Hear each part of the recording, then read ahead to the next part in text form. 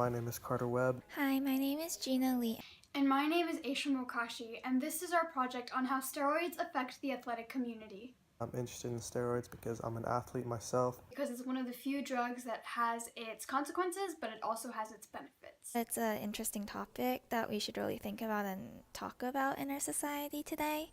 I contributed to this project by doing the concept map as well as a few parts of the videos, including on athletes and interviews. I contributed to this project by doing some of the research about what they are, how they work, and their effects. And I also researched the Russian athletes and their scandal during the Olympics this year. I did some of the laws that surrounded steroids, a brief history, general effects. I conducted an interview, and I also did some of the editing. What are steroids? There are two main types of steroids, corticosteroids and anabolic androgenic steroids. Anabolics are man-made synthetic testosterone and are supposed to mimic the effects of the male sex hormone. In men, the use of anabolic steroids can make them infertile. They will gain breasts and also male pattern baldness. In women, due to the higher levels of testosterone, they become more masculine.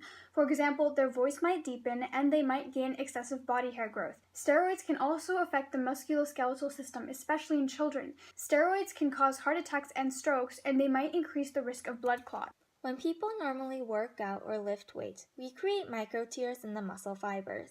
The body naturally repairs the tear and overcompensates and adds bigger cells to build a stronger fiber. This repeated process of tear and build results in muscle growth over time. In the process, natural testosterone is the main ingredient, but anabolic steroids can aid and speed up the process. Once anabolics is in the body, it travels through the bloodstream to the muscle tissue. It is then drawn into the muscle cell's receiving dock, or hormone receptor. Once it is in the muscle cell, the steroid interacts with the cell's DNA and stimulates the protein synthesis process that promotes cell growth. Steroids are widely used by many athletes in hopes of gaining weight, strength, power, speed, endurance, and aggressiveness.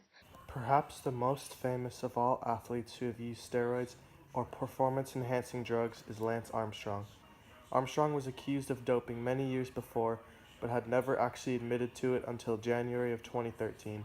When he revealed his doping scheme and surrounding details, he admits that the performance-enhancing drug was used to aid him in all 7 Tour de France title wins. Here are some laws surrounding steroids. Possession or sale of anabolic steroids without a valid prescription is illegal. The max penalty for a first-time possession is 1 year in prison with a minimum of a $1,000 fine. For your second offense, it's a $2,500 fine with a max sentence of 2 years in prison. For trafficking, you get a max of 5 years in prison.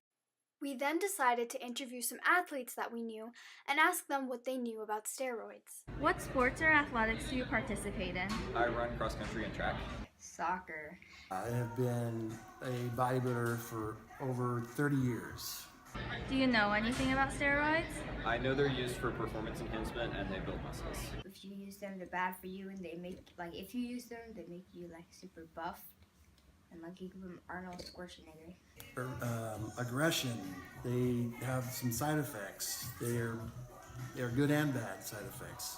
They help a lot of people that have wasting diseases or have low testosterone, and then they can be abused like anything else.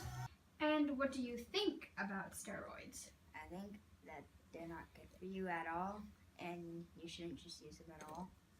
I think that they should be illegal as they are, and the usage is cheating as it is. Professional athletes are all probably doing something to gain an edge, so I think the playing field is pretty even compared to all them. But when you get down into the younger kids, college kids, high school kids, it's definitely an unfair advantage for the 1 or 2% that'll be doing it. Do you think there are healthier legal alternatives to steroids? Yeah, probably just working out. Develop a plan and stick to it and work very hard, then you can achieve a lot of things without cheating. Definitely training hard. How would your perspective change of your favorite athlete if they were found to have been using steroids to achieve success? Not much, because I have a feeling that most of the athletes that I like, either football or bodybuilding or cyclists, are all doing it. My perspective would not change. My perspective would change on that athlete, though. I don't think I'd like him anymore. So even though it's considered a form of cheating, you would still say the same? Because they're all cheating. So my opinion is probably very different from most. Now here we have our concept map. Our main topic is steroids, and basically what they do is help build muscle easily and effectively by using things like testosterone to stimulate protein synthesis. That's how it works, and some of the effects are that it builds more toned muscles, builds more stronger muscles, and these are all the effects of anabolic steroids. Now there's two kinds, there's anabolic and there's corticosteroids. Now if we go over here to laws surrounding steroids, you can go to jail for steroids, not just jail time, but you can also be banned from sports. And if you go over here, steroids and how they affect society, obviously in society there's athletes who use steroids such as Ben Johnson, Lance Armstrong, and Alex Rodriguez, who have all achieved high success in sports.